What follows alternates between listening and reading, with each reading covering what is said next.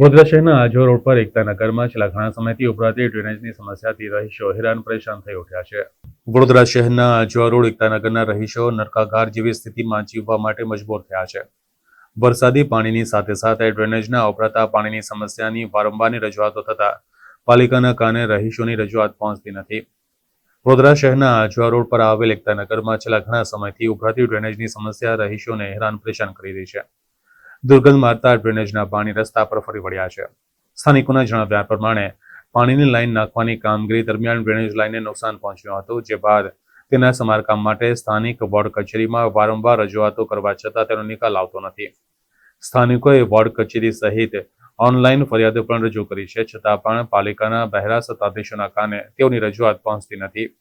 દુર્ગંધ મારતા ઉભરાતા ડ્રેનેજના પાણીના કારણે વિસ્તારમાં રોગચાળાની દહેશત વ્યાપી છે, ત્યારે પાલિકા તંત્ર વિરુદ્ધ સ્થાનિક રહીશોએ રોષ પ્રગટ કર્યો હતો। તો અમે 4 થી 5 વાર કોર્પોરેશનમાં જઈને આવેલા છે વોર્ડ નંબરમાં, એ લોકો કશી સુનાવણી કરતા નથી। એ ઉપરાંત અમને કહે કે તમે ઓનલાઈન કરો, અમે ઓનલાઈન ફરિયાદ બી કરી, પણ એ લોકો કશી સુનાવણી કરતા અહીં આવે છે ખરા, આવીને ઢક્કણ ખોલે છે, ખાલી સરિયા મારે છે, પછી તરત જતા રહે છે ને એવું કહે છે કે મશીનની જરૂર છે, જીસીબીની જરૂર છે, એવું કહીને ગયા પછી બીજી વાર આવવા તૈયાર છે નથી એ લોકો।